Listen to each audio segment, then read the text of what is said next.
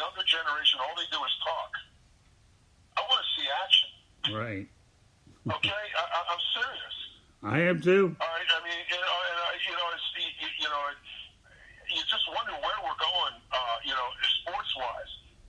First of all, politics does not belong in sports. Right.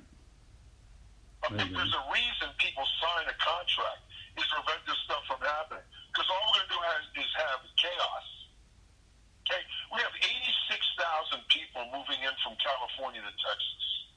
Why? Because the stuff they're doing out there isn't working. Right. Okay, and I hate to say this. All the billionaires are putting these officials in office.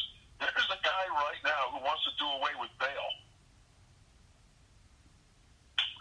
And he kind of, dude, this is common sense. You can't undermine our judicial system. Okay? It's how you spend the money. Then you have people out there complaining about a census, claiming it racial. We have to have a census in order to be able to do a head count, so we know how to spend the money. So when these people do this, it's almost like a lack of perspective or a lack of education. Okay, and then if you disagree with them, they want to get violent because they don't have an alternative. That's the problem that we're having. Right. Okay, and it becomes neither side gets what they want. Right. Let me tell you, what good is it going to do to fire this coach who's been doing it for 35 years? Right. All it does is it sends a message to a guy. Bobby Knight said a long time ago, you got to be nuts to want to be a coach. Right. Okay? I mean, I've been a coach for a long, long time, but I never let the coaching profession use me. Okay? Because you're here today and gone tomorrow. I've seen coaches that are legendary coaches get fired.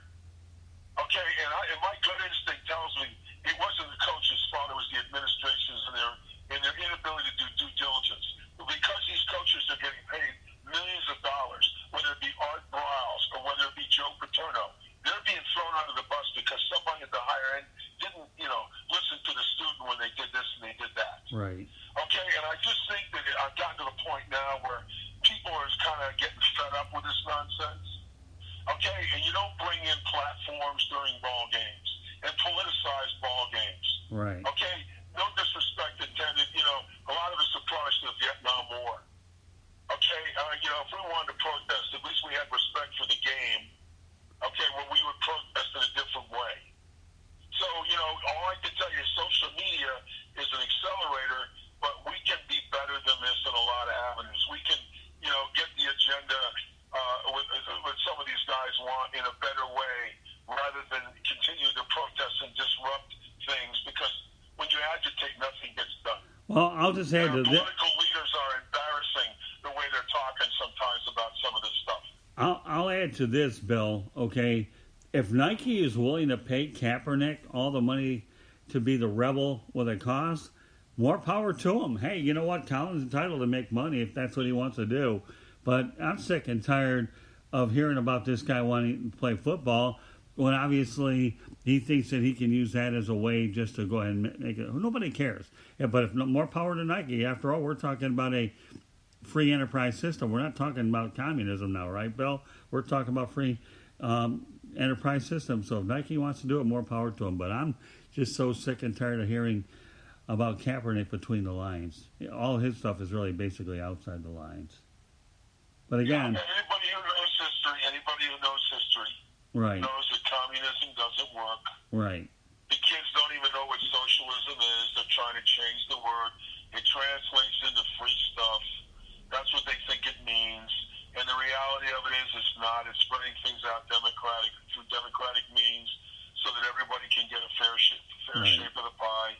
All right, there's Social Security and Medicare are two socialistic programs, and both those programs are having a tough time being funded. Right.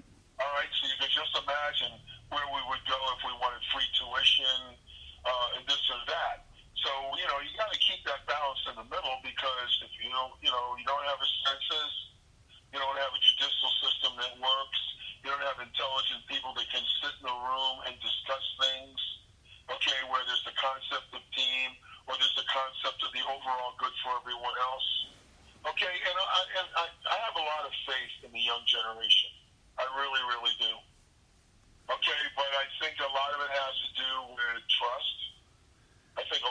has to do with love and the inability for two people to do their homework and sit down and carry on an adult discussion and get it done.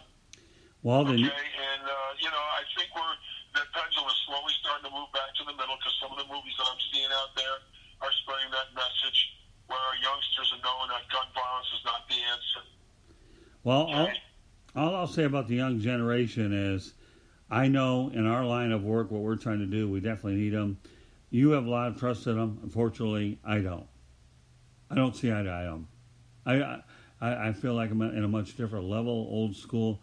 Maybe the profession that I'm in, being in the media, versus how it used to be, versus the way it is now, where you have to depend on the old geek technology type of people and social media to get the word out there. The social media, basically, Bill, is a double-edged sword. Whether we like it or not, it's there. It's not going anywhere. So we literally have to make the best of really what it is.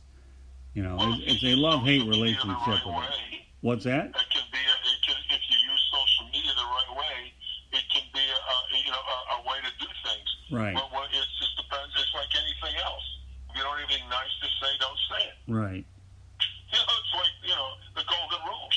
I mean, I'm looking back, and you can't undo the past, but you can sure learn from the mistakes of the past, and you can make things right moving forward. And what that means is sitting in a room and having an intelligent discussion, eliminating all the violence and getting it done. It's going to take time. It's still the greatest country in the world. This business about, burning the Constitution, what is that going to get? That doesn't do anything. It just causes more problems. You got to work within the system to make the system better. All I can tell you about social media is I love it when people make mistakes in social media, so I can observe, watch what they do, and stay the heck away from it. So that's okay. If they want to press send, then I'll tell you what the button is in my head is. Absorb. Learn. I mean, sponge. You know what I mean? All these schmucks that want to go out there and press send, you can use whatever words you want. Bottom line is once I see you hang your reputation and you do this and that, so be it. Hang yourself, but you're not hanging my reputation. I worked too darn hard to build it, and I'll be darned if any stupidity is going to kill it. Let's take a look at something that was real interesting. Out in California, they have a thing called Prop 47, where if you shoplift and you shoplift anything under $950, Right. that you really are excused by the legal, by the law enforcement people. So what you do is you have people that are walking in stores with calculators and stealing stuff. Right.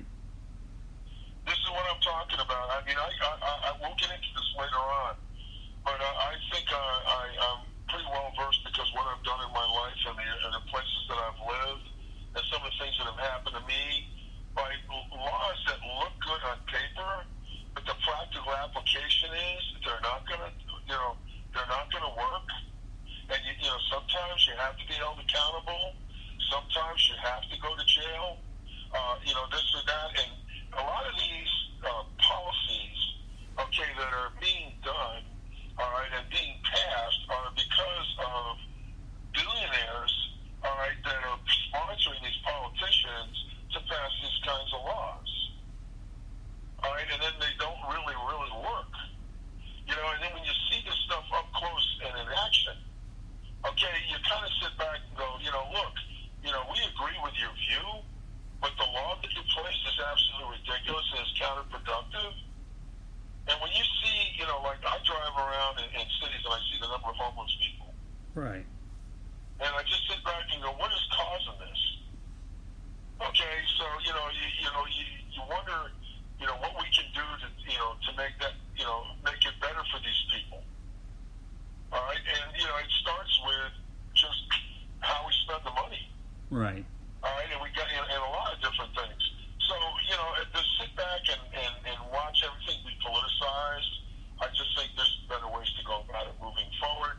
I think some of the laws that are being passed right now are a little ridiculous. Okay, I mean, now we have a guy that wants to do away with bail. I mean, please, seriously. Okay, and, I hate to say this, but I honestly think we're going to go full circle. We've got kids today that can't focus. I mean, look at the Arizona Cardinals. Every half hour they have to give their kids a cell phone break. Really? We're supposed to be getting smarter. We're supposed to be getting smarter and more intelligent as we move forward in this country. I think, quite frankly, the exact opposite's happening.